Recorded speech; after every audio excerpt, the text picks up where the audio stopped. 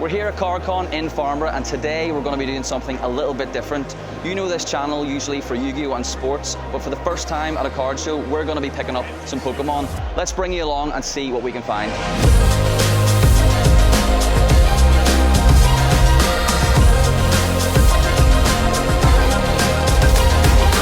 So as you know, we're trying to complete some of the early WotC sets, and we'll find a binder here which has lots of the hollows.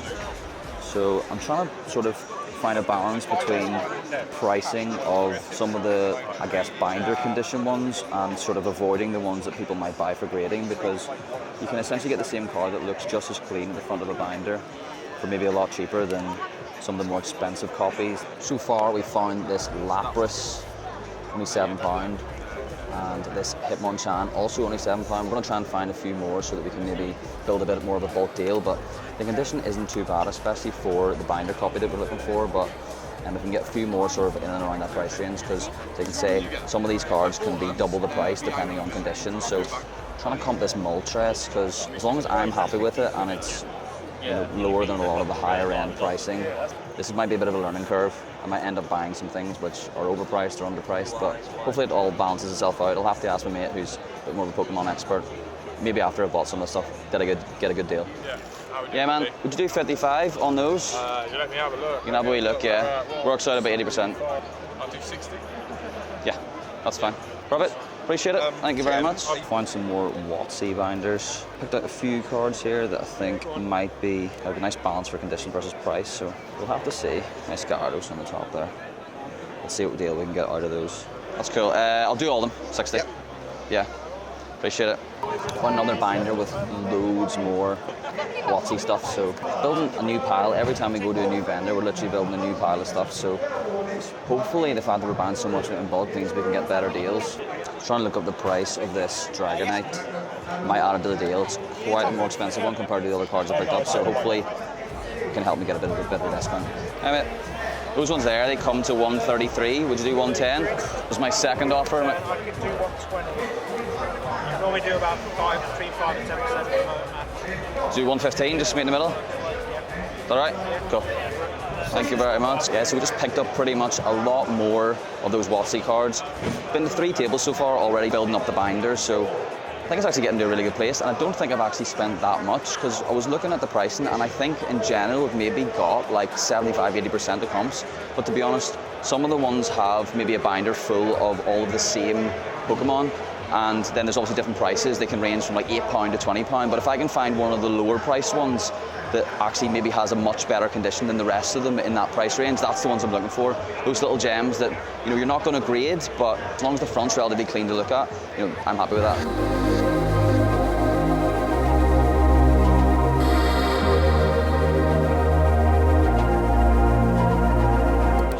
We're here with our resident Pokemon expert, Clearway, right? And obviously, this is the first show that I've been buying Pokemon, trying to build up that WotC binder. And most of them, apart from those first few, which were £2, mostly it's all priced a pound. Now, because of it was doing bulk deals, it worked out pretty much less than £1 per card. It's good on a lot of stuff like this. So we've got the Mewtwo, and the reason I picked this one up is because it's literally perfect on the front. And then we picked up this Dark Gyarados, the Moltres. That's so nice. Yeah. And I was looking at some of those are like 40. And then the biggest one, I got this Dragonite. You got the Dragonite, the fossil? Yeah, and look at the condition. Wow. Okay, that's good. We've got some Yu-Gi-Oh binders here, so we're going to go through and see if we can fill some gaps in the Yu-Gi-Oh collection. Trying to find some of these OG imprints. So we'll see if we can pick up some gems in here. I noticed there's some Pokemon on this side too, so we went over to the Yu-Gi-Oh booth, and to be honest, we just found a lot more Pokemon. Loads of base set non-hollows, fossil, jungle, all that kind of stuff, and then a few hollows. We're looking at this Snorlax and this Venomoth. Gonna throw them an offer and see if we can pick these up. Well, so we've just picked up some Pokemon and one Yu-Gi-Oh card from UK Blue Eyes table. Again, they had that box that had like all of this base set, fossil, jungle, commons and non-hollows and all that kind of stuff. And he had them pretty much all priced at £1, and he even had a few of them bundled in sleeves, so I actually got a pretty decent deal. It was priced up to about £40, so we got it for 35. Again, way more to add to the binder, so found another vintage hollow binder. We're seeing a lot of the same cards we've already picked up. But we've got this Electrode, still sort of sifting through to see if we can find any decent deals. I'm kind of getting used to it because I've now seen maybe like 6, 7, 8 vendors all selling the same thing, so I can kind of figure out, okay, whose prices are cheap, or if I instantly know I've seen that cheaper elsewhere. Or and the other big thing is keeping track of what I've actually picked up, because to be honest, I'm going to have to use the Poke Collector app and take things off when I get back to the hotel tonight, because yeah, otherwise I'm going to lose track. I'm going to buy duplicates of things, which is not what we want. This is my first show buying Pokemon. Yeah, so I found a binder at home of all my stuff that I had when I was a kid, so I pretty much took out all the old WotC stuff, worked out what I've got, and then now I'm just going to try and fill the gaps. Could I grab those two for 25? Is that okay? Yeah, because that's pretty much right. That one, the comps are around 10, so if that works, cool. Nice one. Thanks so much, mate. Appreciate it. Thank you very much. So I think I've forgotten what it's like to be a buyer at a card show, because this is chaos. I'm roasting.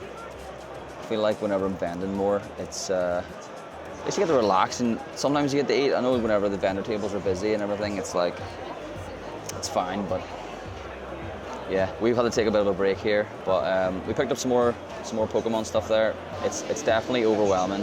I'm used to coming to card shows, as you've seen, and picking up Yu-Gi-Oh! And sports, and it's a little bit more few and far between, because when it comes to the Yu-Gi-Oh! Sets, I've completed a lot of them already, so I'm just looking for specific cards, and I can go through the binders and vendor tables quite quickly.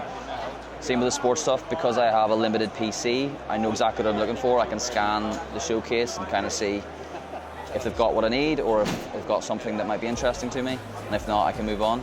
But because I'm kind of starting a binder, it's like I'm pretty much picking up like every card that they have, you know what I mean?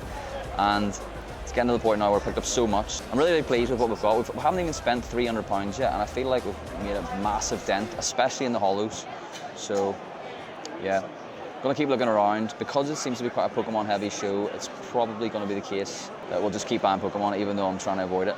Let's see. So we've pretty much come to the end of day one, and to be honest, I'm glad I was actually planning to pick up Pokemon at this show, because it is what most of the vendors seem to have. Yeah, really good first day. We're absolutely shattered, and I reckon we're gonna get some food now, but hopefully we're revitalized for tomorrow when we come in. And first day at Cardcon. Let's get into day two.